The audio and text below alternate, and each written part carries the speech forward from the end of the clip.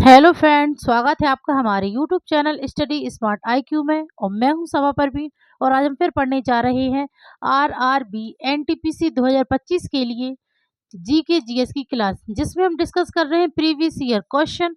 और ये हमारी क्लास 82 हो, और इससे पहले हम 81 क्लासेस कर चुके हैं। सो आई होप आपको ये वीडियो पसंद आती हो, और ऐसी ही वीडियो देखने के लिए हमारे चैनल को लाइक करें, शेयर करें, सब्सक्राइब करें। तो चलिए स्टार्ट करते हैं क्लास। फर्स्ट क्वेश्चन है, भारत के पहले वायसराय कौन बने? भारत के पहले वायसराय कौन बने?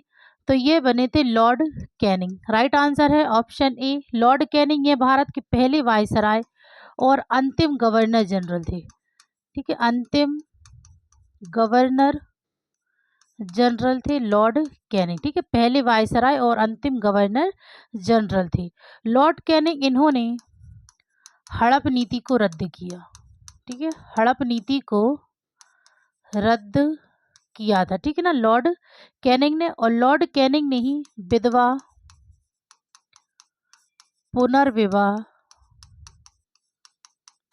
पुनर्विवाह अधिनियम पारित किया। ठीक है, विधवा पुनर्विवाह अधिनियम पारित किया था लॉर्ड कैनिंग ने। ठीक है, और इन्होंने भारत में आयकर की शुरुआत की थी। ठीक है, आयकर की शुरुआत की थी लॉर्ड कैनिंग ने। ठीक है, फिर बात करें हम लॉर्ड कॉर्नवालिस। तो लॉर्ड कॉर्नवालिस ये है फोर्ट विलियम बंगाल के गवर्नर जनरल थे। ठीक है ना, फोर्ट विलियम के गवर्नर जनरल बने लॉर्ड कॉर्नवालिस। ठीक है, Lord Cornwallis fort William governor general बने। और इन्हें भारतीय सिविल सेवा का जनक कहा जाता है। ठीक है, भारतीय सिविल सेवा का जनक कहा जाता है लॉर्ड कॉर्नवालिस को। फिर बात करें लॉर्ड रिपन। तो लॉर्ड रिपन ये भारत के वायसराय बने। ठीक है ना, भारत के वायसराय बने लॉर्ड रिपन। और इन्हें स्थानीय स्वशासन का जनक कहा जाता है। ठीक है, लॉर्ड रिपन को स्थानीय स्वशासन का जनक कहा जाता है, और लॉर्ड कॉर्नवालिस को भारतीय सिविल सेवा का जनक कहा जाता है। ओके, चलिए नेक्स्ट है, विक्टोरिया जलप्रपात अफ्रीका में किस नदी पर स्थित है? विक्टोरिया जलप्रपात यह अफ्रीका में किस नदी पर स्थित है? तो यह स्थित है जाम्बेजी नदी पर। राइट आंसर है ऑप्शन ए, जाम्बेजी नदी पर विक्टोरिया जलप्रपात स्थित है। फिर बात करें कांगो। तो कांगो यह अफ्रीका की दूसरी सबसे लंबी नदी है। ठीक है, यह अफ्रीका की दूसरी सबसे लंबी नदी है कांगो। और नील नदी यह दुनिया की सबसे लंबी नदी है। ठीक है ना, दुनिया की सबसे लंबी नदी है नील नदी। और नाइजर, तो यह अफ्रीका की तीसरी सबसे लंबी नदी है। ठीक है, ये तीसरी सबसे लंबी नदी है अफ्रीका की। ओके, चलिए नेक्स्ट है, निम्नलिखित में से किसने काकतीय राजवंश के शासन को समाप्त किया? तो किसने काकतीय राजवंश के शासन को समाप्त किया था? तो यह समाप्त किया था दिल्ली सल्तनत ने। ठीक है, राइट आंसर है ऑप्शन ए, दिल्ली सल्तनत ने काकतीय राजवंश के शासन को समाप्त किया था। और दिल्ली सल्तनत किसने? तो ये किया था गयासुद्दीन तुगलक ने। ठीक है ना, गयासुद्दीन तुगलक ने काकतीय राजवंश के शासन को समाप्त किया था, और इसने तुगलक वंश का संस्थापक था। ठीक है ना, यह तुगलक वंश का संस्थापक था। ठीक है, गयासुद्दीन तुगलक यह तुगलक वंश का शासक था, फिर संस्थापक था। फिर गुप्त वंश का संस्थापक कौन था? तो गुप्त वंश का संस्थापक था श्रीगुप्त। ठीक है, श्रीगुप्त यह गुप्त वंश के संस्थापक थे। लेकिन चंद्रगुप्त प्रथम को, ठीक है ना, चंद्रगुप्त प्रथम को गुप्त वंश का असली संस्थापक माना जाता है।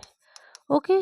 चंद्रगुप्त प्रथम को गुप्त वंश का असली संस्थापक माना जाता है। अगर पेपर में आए आपको श्रीगुप्त और चंद्रगुप्त प्रथम, तो आपको चंद्रगुप्त प्रथम ही लगाना है, ठीक है। नहीं तो फिर अगर श्रीगुप्त आए तो श्रीगुप्त और चंद्रगुप्त प्रथम आए तो चंद्रगुप्त प्रथम। ओके।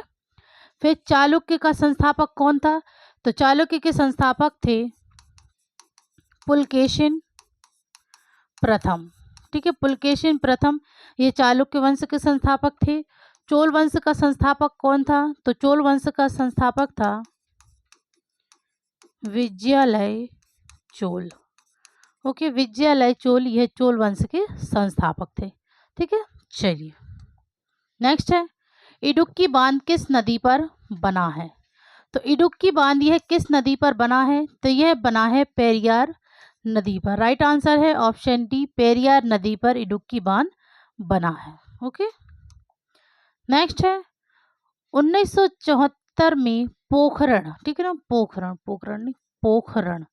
1974 में पोखरण में भारत के पहले परमाणु परीक्षण के समय परमाणु ऊर्जा आयोग के अध्यक्ष कौन थे? तो 1974 में पोखरण में भारत के पहले परमाणु परीक्षण के समय परमाणु ऊर्जा आयोग के अध्यक्ष कौन थे? तो ऊर्जा आयोग के अध्यक्ष थे होमी सेठना। राइट आंसर है ऑप्शन बी, होमी सेठना ये अध्यक्ष थे। राजगोपालचारी चिदम्बरम ये भारतीय वैज्ञानिक हैं। राजा राम मन्ना ये भी भारतीय वैज्ञानिक हैं। एपीजे अब्दुल कलाम ये भी भारतीय वैज्ञानिक हैं और इन्हें मिसाइल मैन के नाम से जाना जाता है, ठीक है। मिसाइल मैन के नाम से इन्हें जाना जाता है और ये भारत के राष्ट्रपति थे,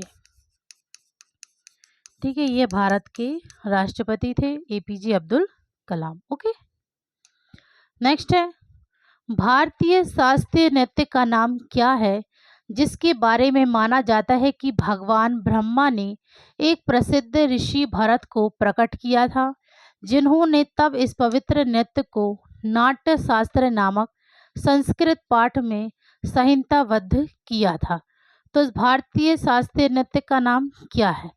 तो इस भारतीय शास्त्रीय नृत्य का नाम है भरतनाट्यम। राइट आंसर है ऑप्शन सी, भरतनाट्यम। क्या कितने शास्त्रीय नृत्य हैं हमारे भारत में? तो कितने शास्त्रीय नृत्य हैं? तो 8 शास्त्रीय नृत्य, ठीक है ना। 8 शास्त्रीय नृत्य हैं, जिनमें से भरतनाट्यम ये कहाँ का है? तो ये है तमिलनाडु का, ठीक है ना, तमिलनाडु का। उड़ीसी कहाँ का है? तो ये है उड़ीसा का। कथक, कथक है उत्तर प्रदेश का। कथकली, कथकली है केरल का, ठीक है, कथकली केरल का। फिर है मोहिनी अट्टम, तो मोहिनी अट्टम ये कहाँ का है? तो ये भी केरल का है, ठीक है ना। केरल के 2 शास्त्रीय नृत्य कथकली और मोहिनी अट्टम। फिर बात करें हम कुचिपुड़ी, तो कुचिपुड़ी ये कहाँ का शास्त्रीय नृत्य है? तो ये है आंध्र प्रदेश का। ओके, आंध्र प्रदेश का शास्त्रीय नृत्य है कुचिपुड़ी। फिर है सत्रिया, तो ये कहाँ का है? तो ये है असम का शास्त्रीय नृत्य। फिर है मणिपुरी, तो मणिपुरी ये कहाँ का? तो ये है मणिपुर का, ठीक है, मणिपुरी ये मणिपुर का। तो ये हमारे भारत के 8 शास्त्रीय नृत्य हैं। ओके, चलिए नेक्स्ट है 2019 की शुरुआत में फ्रेंच गुयाना से लॉन्च किया गया कौन सा भारतीय उपग्रह भारत का 40वां संचार उपग्रह है? तो 2019 की शुरुआत में फ्रेंच गुयाना से लॉन्च किया गया भारतीय उपग्रह भारत का 40वां संचार उपग्रह है। तो ये है GSAT-31। राइट आंसर है ऑप्शन ए, GSAT-31। नेक्स्ट है, किसी परिपथ में विद्युत धारा के प्रवाह की दिशा ज्ञात करने के लिए किस उपकरण का प्रयोग किया जाता है? तो किसी परिपथ में विद्युत धारा के प्रवाह की दिशा ज्ञात करने के लिए उपयोग किया जाता है गैल्वेनोमीटर का। Right answer option A, galvanometer. Okay. Next है, हार्ड डिस्क किस प्रकार का स्टोरेज डिवाइस है? तो हार्ड डिस्क यह द्वितीयक storage device. Right answer option C. Next है, कंप्यूटर शब्दावली में SLI का पूर्ण रूप क्या है? तो कंप्यूटर शब्दावली में SLI का पूर्ण रूप है command line interface. Right answer है option A command line interface. Next है मानव विकास हार्मोन किस ग्रंथि द्वारा स्रावित होता है। तो मानव विकास हार्मोन ये किस ग्रंथि द्वारा स्रावित होता है। तो ये होता है पीयूष ग्रंथि का अग्रिम लोब। राइट आंसर ऑप्शन बी पीयूष ग्रंथि का अग्रिम लोब। नेक्स्ट है एशिया का सबसे बड़ा बस टर्मिनस कौन सा है। तो एशिया का सबसे बड़ा बस टर्मिनस ये कौन सा है। तो ये है चेन्नई में चेन्नई मुफस्सिल bus terminus. Right answer option D Chennai में चेन्नई मुफस्सिल बस टर्मिनस ये एशिया का सबसे बड़ा बस टर्मिनस है। ओके नेक्स्ट है 1919 में जलियांवाला बाग की घटना की जांच के लिए लॉर्ड चेम्सफोर्ड द्वारा किस समिति का गठन किया गया था। तो 1919 में जलियांवाला बाग की घटना की जांच के लिए लॉर्ड चेम्सफोर्ड द्वारा किस समिति का गठन किया गया था। तो ये किया गया था हंटर समिति का गठन। राइट आंसर है ऑप्शन ए हंटर समिति। जलियांवाला बाग हत्याकांड ये कब हुआ था। तो ये हुआ था 13 अप्रैल 1919 को हुआ था। ठीक है 13 अप्रैल 1919 को हुआ था। कहाँ ये हुआ था अमृतसर पंजाब में बैसाखी के दिन ये हुआ था। ठीक है जलियांवाला बाग हत्याकांड। ओके नेक्स्ट है निम्नलिखित में से कौन सा मंदिर मौजूदा चोल मंदिरों में से एक नहीं है। तो इनमें से कौन सा मंदिर है जो मौजूदा चोल मंदिरों में से एक नहीं है। तो ये है ऐरावतेश्वर मंदिर। Right answer option B Airavateshwara मंदिर यह चोल मंदिरों में से एक नहीं है। ओके नेक्स्ट है निम्नलिखित में से कौन भारत द्वारा विकसित सतह से सतह पर मार करने वाली अंतर महाद्वीपीय दूरी की बैलिस्टिक मिसाइल है। तो भारत द्वारा विकसित सतह से सतह पर मार करने वाली अंतर महाद्वीपीय दूरी की बैलिस्टिक मिसाइल ये है Agni five. Right answer option C sorry Agni five sorry हाँ अग्नि-5 है ये। ठीक है ना अग्नि-5। नेक्स्ट है अक्टूबर 2020 तक निम्नलिखित में से कौन एक महारत्न PSU है। तो अक्टूबर 2020 तक कौन एक महारत्न PSU है। तो ये है Coal India Limited. Right answer option B Coal India Limited. Next है NaCl और NH4Cl के मिश्रण को अलग करने के लिए निम्नलिखित में से किस विधि का उपयोग किया जा सकता है। तो NaCl और NH4Cl के मिश्रण को अलग करने के लिए उपयोग किया जाता है ऊर्ध्वपातन का। ठीक है ना ऊर्ध्वपातन का उपयोग किया जाता है। नेक्स्ट है एक पेटाबाइट बराबर। तो एक पेटाबाइट होता है 1024 TB। Right answer option A एक पेटाबाइट बराबर 1024 TB।